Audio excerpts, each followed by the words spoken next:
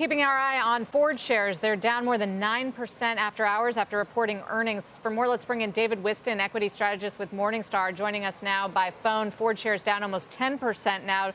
David, looks like a miss on earnings, North America, operating profit. I mean, where do you begin? What's happening here at Ford?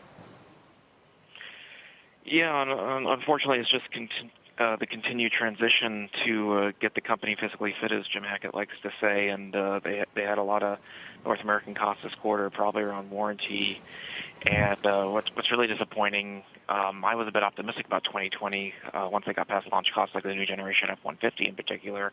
And there's a really nice story going on at Lincoln, but the guidance for 2020 was underwhelming, and that's why the stock's down so much after hours.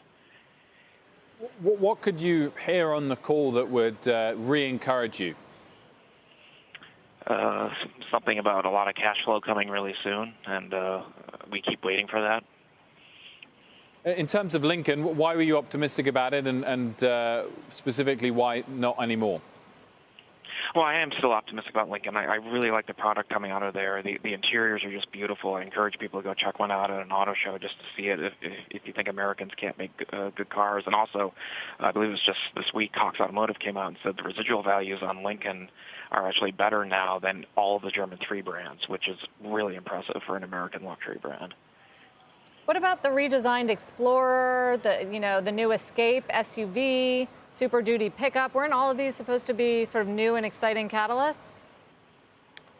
You're right, and I think they will be, especially in 2020, offset by some other costs for different vehicles. But what happened in 19 is they had some botched launch rollouts on things like Explorer, and they're calling out in their slide deck here launch impacts from the Super Duty and the Escape.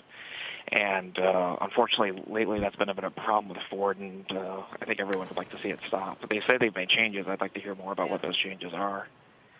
David Whiston, thank you.